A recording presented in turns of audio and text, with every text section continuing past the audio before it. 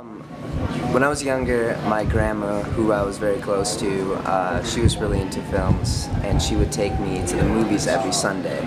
And it was a ritual where she'd come and pick me up, and we'd go see a new movie. And we didn't necessarily need to know what was playing. We would just go, and then we'd just catch whatever movie we could. And after we'd watch the film and I'd go home, I kept wanting to add on to the story or change something with the characters. And each week I just found myself doing that and doing that. Then that branched into me writing my own stories and wanting to make my own films. And that's kind of what sparked the love of filmmaking. And then once I told my parents that this is what I wanted to do, they kind of gave me their blessing to move forward with this dream. And then I came to Columbia. I had a teacher, her name was Jennifer Peepas, and I was having a talk with her one day after class about that every film student seemed to have like a male protagonist, and they were telling stories that were about these males. And I guess I was just questioning as to why there wasn't, even in mainstream films, a lot of lead female characters, and I kind of wanted to try my hand at it to see like if these weren't being made because it was more difficult or if people are just choosing not to do that. With Warpaint, my aunt, who has also been like a big inspiration to me and was someone who was there when I kind of sat down and said I wanted to pursue this dream, and she's backed all my films, you know, on Kickstarter, and just always anything I'm doing, she wants to talk to me about it. And she's actually been in a relationship with her partner now for 30 years. And they were always there for me. They're kind of like a second family, you know? And seeing that the love that they had and shared, that was always something that resonated in me. And I knew I wanted to tell a story like that.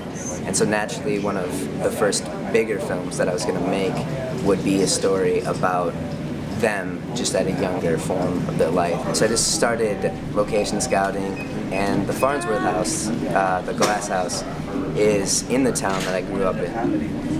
And I know that it costs like thousands of dollars to shoot there. And I kind of just sent an email to the person who runs the house, and they finally agreed to meet me after I think I bugged them like by sending like 20 emails or something, you know?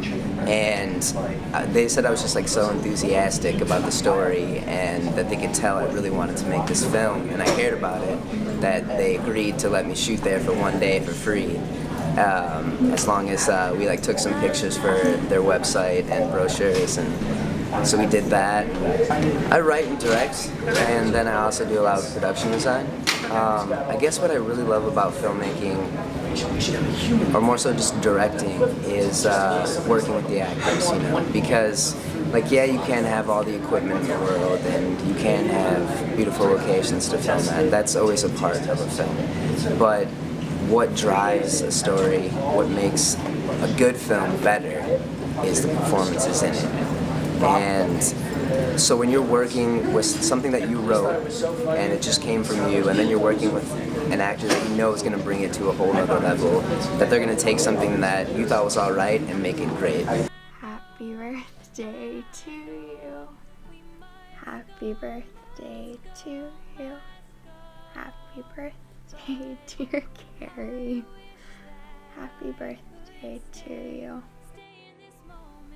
Make a wish. Away from here, I promise you my